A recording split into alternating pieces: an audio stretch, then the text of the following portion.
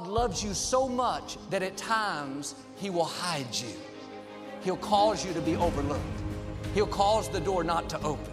He'll cause a person to walk away. You can be talented and hidden, anointed and hidden, have great ideas and hidden. In the seasons of silence, when you feel like you're hidden, nothing positive is taking place, like this tree, what you can't see is you're gathering up sap, so to speak. Your spiritual muscles are getting stronger. You're learning to trust God in a new way. And this time is important because when God brings you out to new levels, into greater opportunities, you will see greater opposition, bigger obstacles, more coming against you. If God brought you out before you were ready, you couldn't handle it. So He uses the hidden seasons to toughen us up.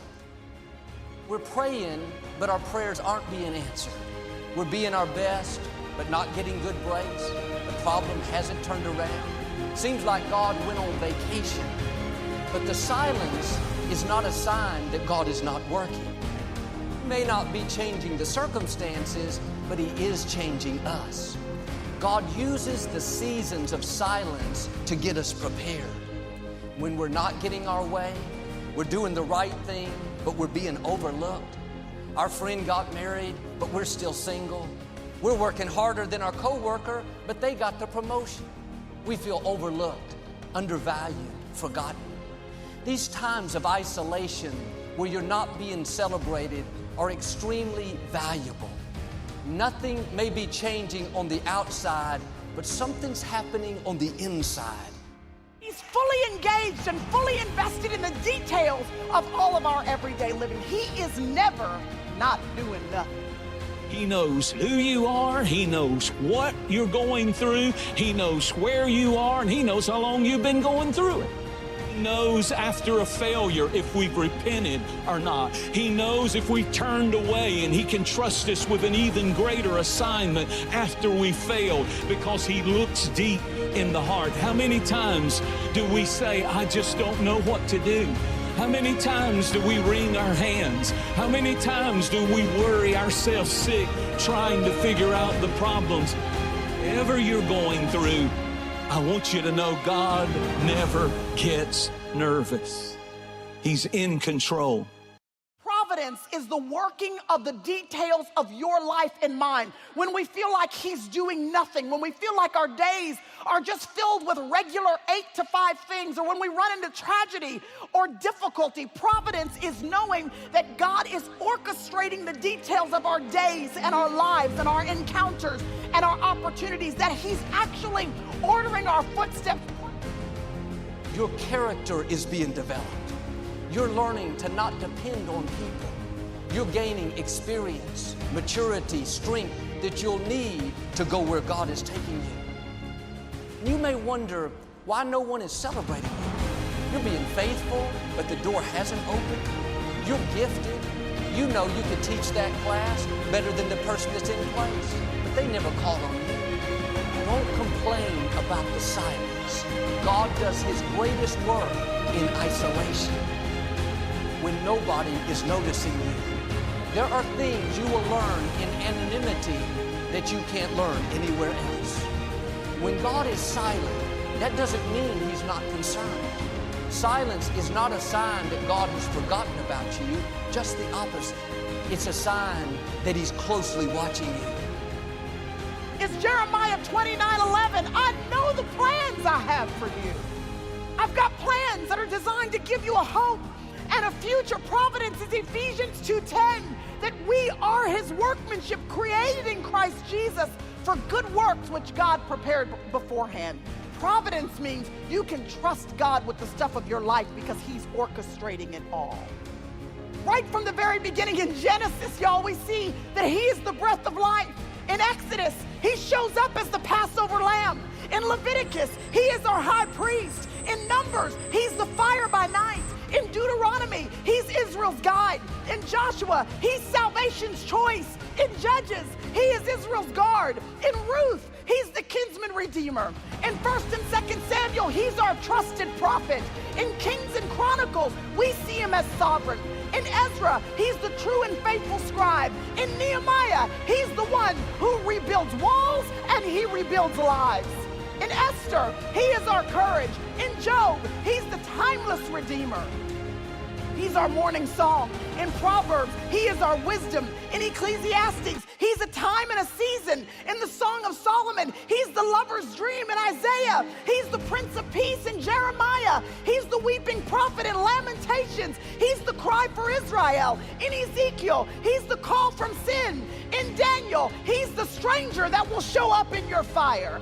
In Hosea, he's the forever faithful. In Joel, he's the Spirit's power. In Amos, he's the strong arms that carry. In Obadiah, he's the Lord our Savior. In Jonah, he's the great missionary. In Micah, he's the promise of peace. In Nahum, he's our strength and shield. In Habakkuk and Zephaniah, he's the one that brings revival. In Haggai, he restores anything that has been lost. And in Zechariah, he is our fountain. And in Malachi, at the end of the Old Testament, we see him as the Son of righteousness, rising with healing in his wings. He's getting you prepared for new levels. But if he brought you out before you were ready, it would stop your purpose. God loves you so much that at times he will hide you. He'll cause you to be overlooked. He'll cause the door not to open. He'll cause a person to walk away. You can be talented and hidden, anointed and hidden, have great ideas and hidden. If you don't understand that it's God hiding you, you'll be frustrated and try to make things happen out of God's timing. But before you see notoriety, you'll go through a season of obscurity. You have to pass this test when you're hidden. As a teenager, David was anointed to be king. God spoke it through the prophet Samuel, but David didn't go straight to the throne. God hid him. He went back to the shepherd's fields and kept doing the same thing that he had been doing, taking care of his father's sheep. He spent years out there by himself, alone, in obscurity. It was boring. His brothers were in the military. They had a prestigious position. They were being celebrated. Here's a key. Don't compare your life to other people's. It may seem like they have it better. They're further along. They don't have the challenges you do. Run your race. God's purpose for your life is not the same as theirs. Don't look to the left or to the right. Stay focused on your calling. As long as you compare, you'll be frustrated, because you'll always find somebody that looks like they have it better than you.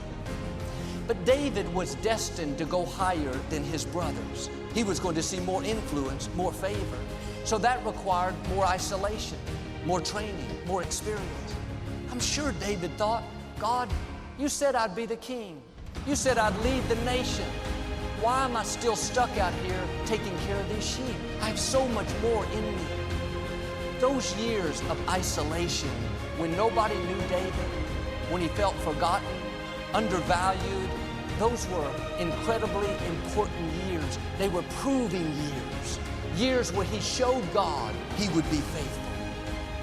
He could have slacked off, gotten discouraged, but he took care of those sheep like he was taking care of the nation. He killed a lion and a bear with his own hands. His father would have understood. If a few sheep were killed by a wild animal, no big deal. But David went the extra mile when nobody was watching. That's why when you get mad at flesh and blood, you're forfeiting your blessing. But if you'll say, vengeance is mine, saith the Lord, he will repay, he'll bless you, and he'll take care of your enemies. In anonymity, when nobody knew his name, he was a person of excellence. I can imagine when he was out there alone, nobody to talk to, he would look up into the skies and talk to God. In that time of isolation, he drew close to his Creator. Maybe that's where he wrote some of the Psalms that we read today. Instead of complaining, God, why is it taking so long? The Lord is my shepherd, I shall not want. He passed the test of obscurity. God knew he could trust him with notoriety. Like David, you may have big dreams. God has spoken promises over you, but nobody is noticing you. You're not seeing increase, promotion. Don't get discouraged. It's because God has you hidden. You're not off course. You're not falling behind. You are in a time of preparation, a time of training. God is getting you ready for what He has in store. And you may feel like you're hidden, but don't be frustrated, thinking you're falling behind and look who's getting ahead of me. When God brings you out, He will catapult you forward. They threw him in the pit. God knew what He was doing. When they brought false accusations and threw him into prison, God knew what He was doing. When he was forgotten by the butler and the baker, God knew what He was doing. He will make up for the lost time. When you have an expensive piece of jewelry, a diamond ring, you put it in a box and hide it. You don't wear it around the house to go work out, to run up to the grocery store. It's valuable, so you keep it hidden. And at the right time, when you're going somewhere special, you bring it out for people to see. In the same way, the reason you're hidden is because you're extremely valuable. You're like that diamond. You're going to shine. God's waiting for the right time to bring you out. You are not hidden because you're ordinary. You're not hidden because you're average. You're hidden because you're a masterpiece.